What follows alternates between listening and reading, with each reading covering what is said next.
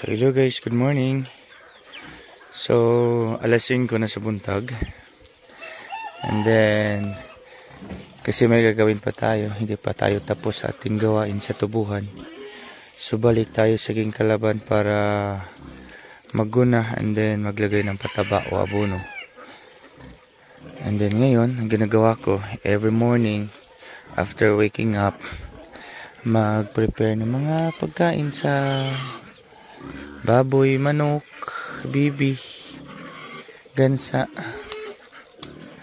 So ito ngayon, nangunguha ko ngayon ng dahon ng Madre de Agua o tatawag nilang lactating para ilagay natin doon sa pagkain ng baboy.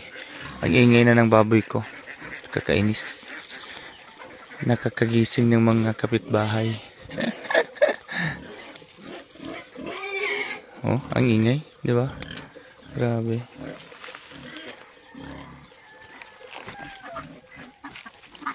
Mabibi din ang ingay na din.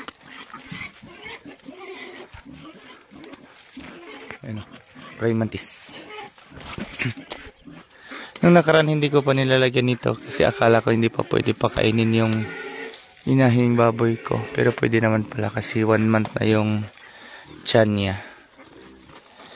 Hindi kasi pwedeng pakainin yung baboy nito pag bagong nakastahan kasi medyo mapait daw ito. Baka kasi matunaw lang yung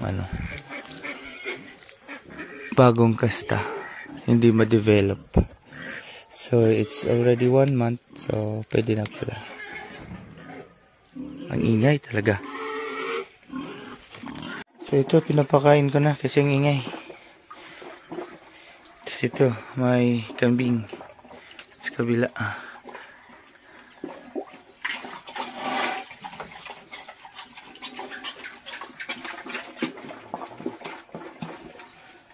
So pagkatapos nito magpapakain tayo ng manok sa yung baby.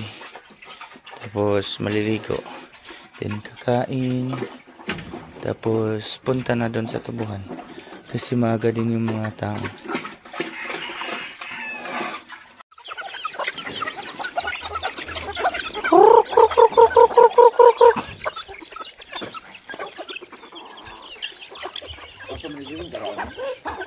Karang kuan manong ipadala nilang kukong ng palaw katong naipayha din hang usa.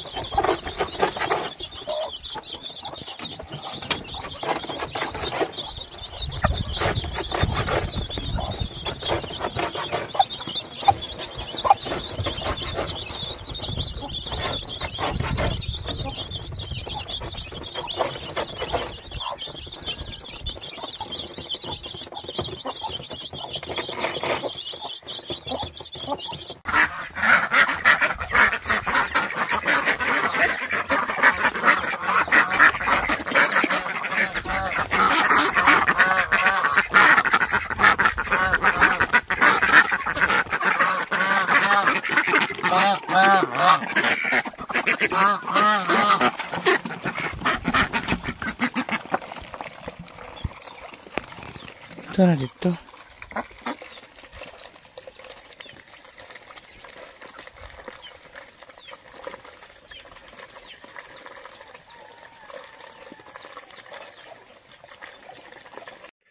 Nayo sa kabukitlog.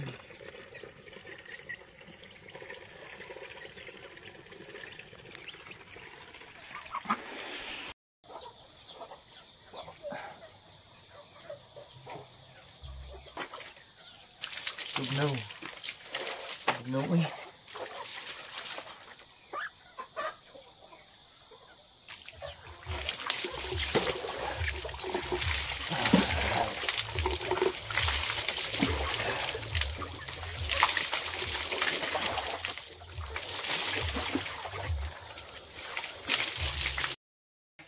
Matagkaligo.